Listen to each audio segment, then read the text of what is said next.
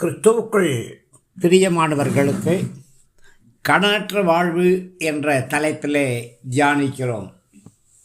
பொருளாதார காரியங்களை குறித்து தொடர்ந்து நாம் கற்றுக்கொள்ள வேண்டும். நம்முடைய மூளையை பெரும்பாலும் பொழுதுபோக்குக்கு பயன்படுத்துகிறோம். ஆனால் வெற்றிகரமாக வாழ்வது எப்படி அப்படின்னு வேதம் சொல்லிக் கொடுக்கக்கூடிய காரியங்களை நாம் தியானிக்கிறதில்ல.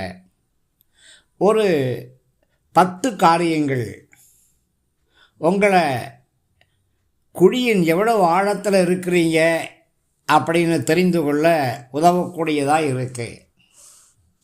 முதல் காரியம், உங்கள் வீட்டு வாடகை, மின்சார கட்டணம் இதெல்லாம் சரியான நேரத்துக்கு செலுத்துகிறீங்களா இல்லை தாமதமாக செலுத்துகிறீங்களா?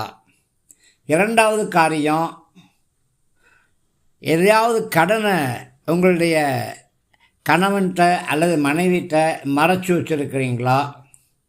மூணாவது காரியம், போதுமான பணம் இல்லாதபடியினால் அவசரமான காரியங்களை கூட தவிர்த்திருக்கிறீங்களா?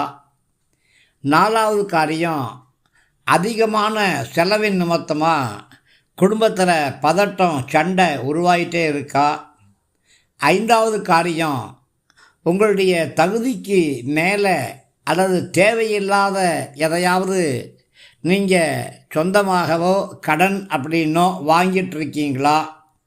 ஆறாவது, வரவை விட செலவு உங்களுக்கு அதிகமாக இருக்கா?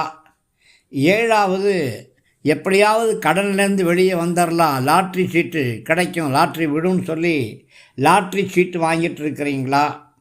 எட்டாவது, சேமிக்கிற பழக்கம் உங்கள்கிட்ட இல்லையா?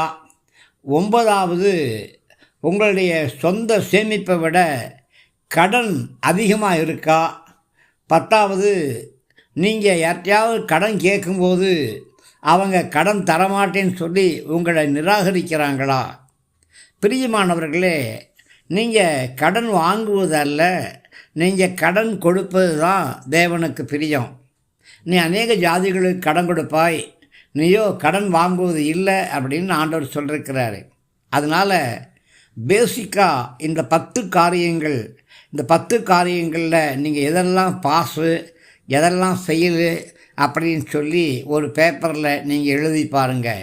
நீங்கள் 10லையும் பாஸ்னாக்க கண்டிப்பாக வெற்றிகரமான வாழ்க்கையை நடந்து கொண்டிருக்கிறீங்க. கர்த்தர் உங்களை ஆசீர்வதிப்பாராக. ஆமேன், ஆமேன், ஆமேன்.